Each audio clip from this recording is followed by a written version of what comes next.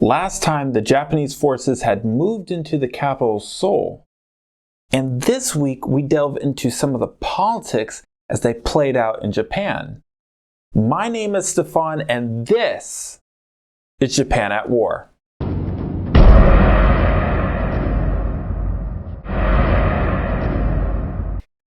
The news of the so far successful invasion started to find its way back to Toyotomi Hideyoshi just a few days after Konishi had taken the capital. He was so happy about the news that he wrote to his mother saying, "We have already taken many castles in Korea, and by the 9th month we will take even China. When it has been captured, I will send someone to you and take you there." Which is pretty incredible that he thought that all this was really just this easy, but nothing has really proven him otherwise. And then on June 25th, he got some of the best news yet. The capital of Seoul had fallen without a fight. On June 27th, just 2 days from getting the letter of the fall of Seoul, he sent a letter to his wife One.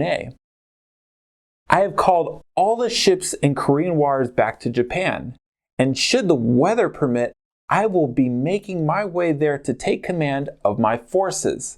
After that, I will have you join me in due time. I will send you details when I set sail." And it's worth noting that some of Hideyoshi's inner circles didn't fully agree with his plans. Some felt that taking China was too much and that they should be just content with just Korea. Part of this concern was Hideyoshi's health, something that he himself was aware of. Remember back to when his eyes had been troubling him. And it's been recorded both from letters and portraits of him that he had lost considerable weight since 1585. This made it hard for many to think that he was up to the challenge of commanding the forces in person. One of those that had concerns was the Emperor of Japan, Go-Yozai. He did something pretty out of character and wrote this to Hideyoshi. "Your plan to go forward to Korea, braving those terrible storms and treacherous seas, is both insane and too desperate to think about. You should realize how precious your life is and how valuable you are to the nation's well-being.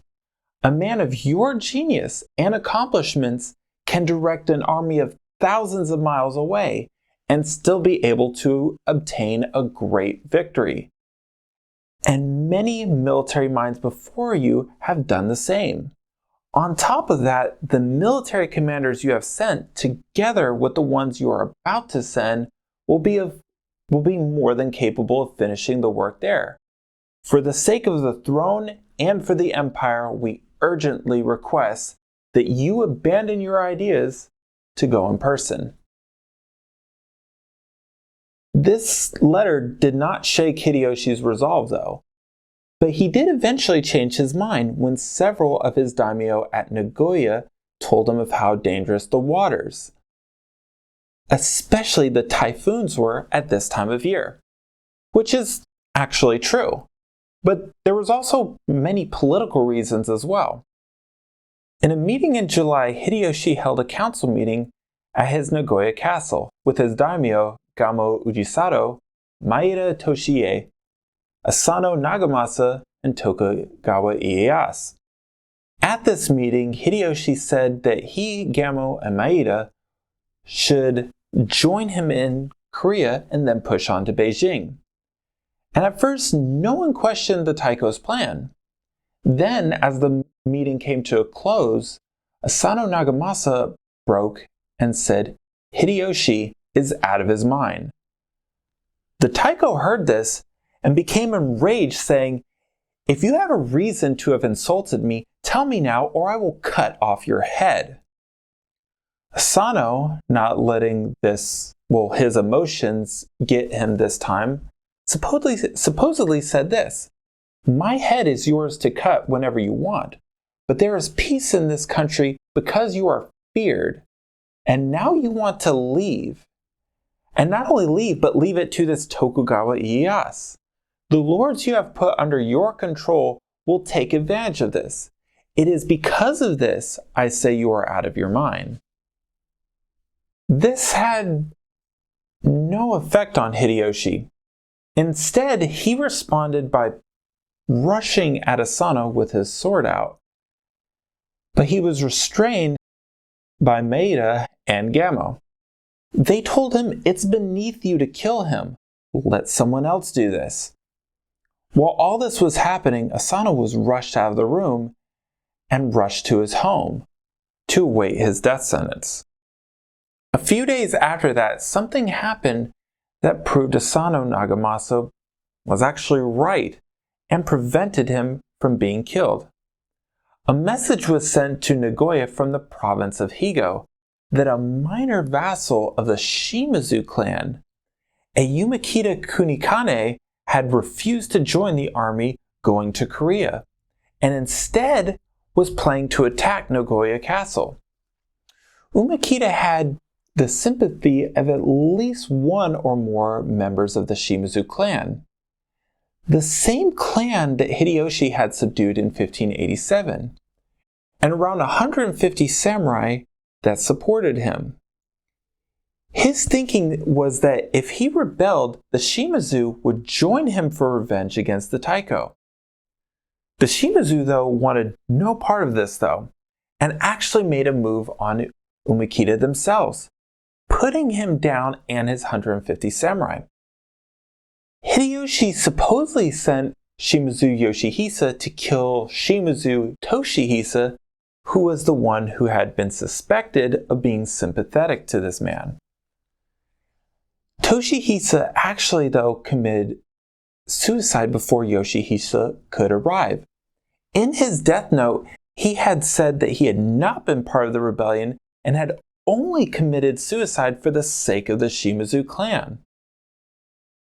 Hideyoshi received another message soon after telling him that the Shimazu clan had put down the rebellion themselves, and then reinstated their commitment to the Taiko. Asano was invited back to see the Taiko, and then Hideyoshi apologized to him and thanked him for his honesty. With all this, Toyotomi Hideyoshi had to realize what a tight spot that he had put himself in. On one hand, he had made a pretty big deal about him going to Korea to command his forces in person. On the other, his health was also a concern, and now he also knew that there was a good chance of rebellion if he did actually leave. It wasn't going to be easy. He had to make a good excuse now why not to go to Korea, one that didn't make him look weak. The best that he could come up with was to say that the weather made it impossible. In a letter to his wife One that was dated July 28th, he said, "Due to the state of the weather, I cannot make the journey. I have been told, though, that the sea will be calm on the 3rd month of the following year, and I have decided to postpone my visit to Korea until the spring, and will greet the new year in Nagoya. Please do not worry."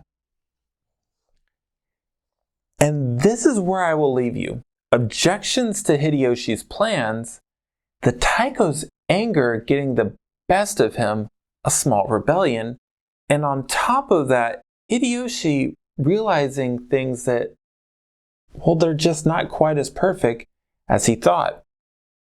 Now, if you haven't already, please check out that Patreon link to help fund the show and get some pretty cool perks in return. Thank you very much. See you next time.